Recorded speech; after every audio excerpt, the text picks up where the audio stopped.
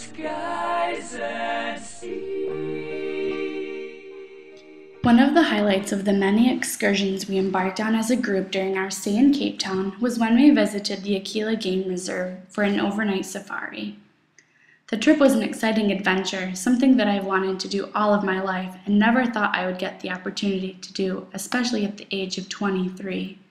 We saw many animals on our trip, including the big five: lions, elephants, buffaloes, rhinos, and the spotted leopard.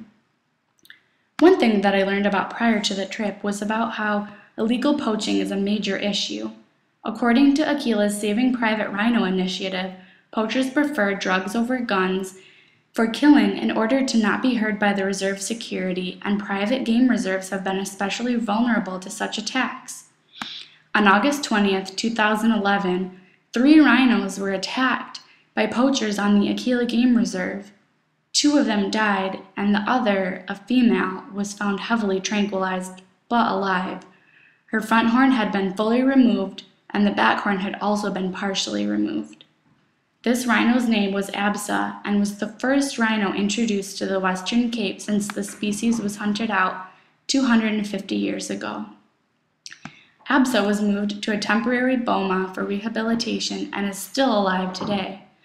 After this horrific poaching incident, Aquila created the Saving Private Rhino campaign in order to raise awareness on the seriousness of poaching wild animals.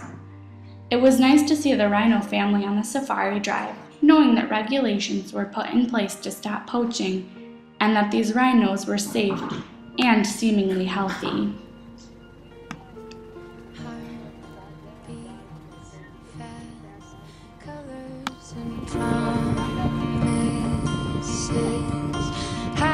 Be brave. How can I love when I'm afraid to fall?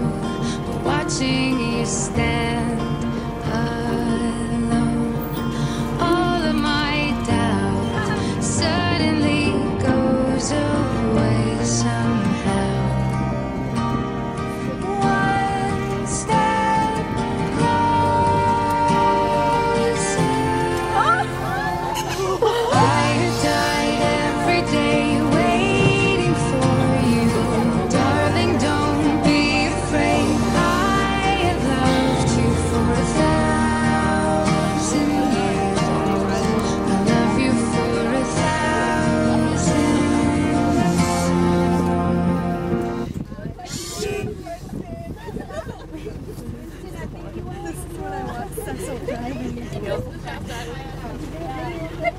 Not that exactly.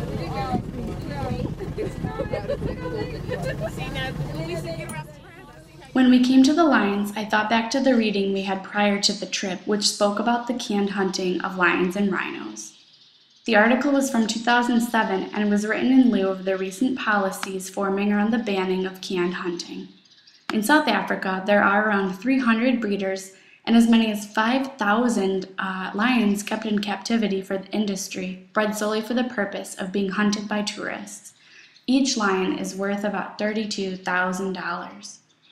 I am saddened and angered by the fact that these animals are born to die at the hands of humans. Of course, there has been opposition to this new regulation policy. However, I am hopeful that these regulations have helped to conserve the lion and rhino populations and that communities have found an alternative way to thrive and be sustainable without the financial support of the canned hunting tourist attraction.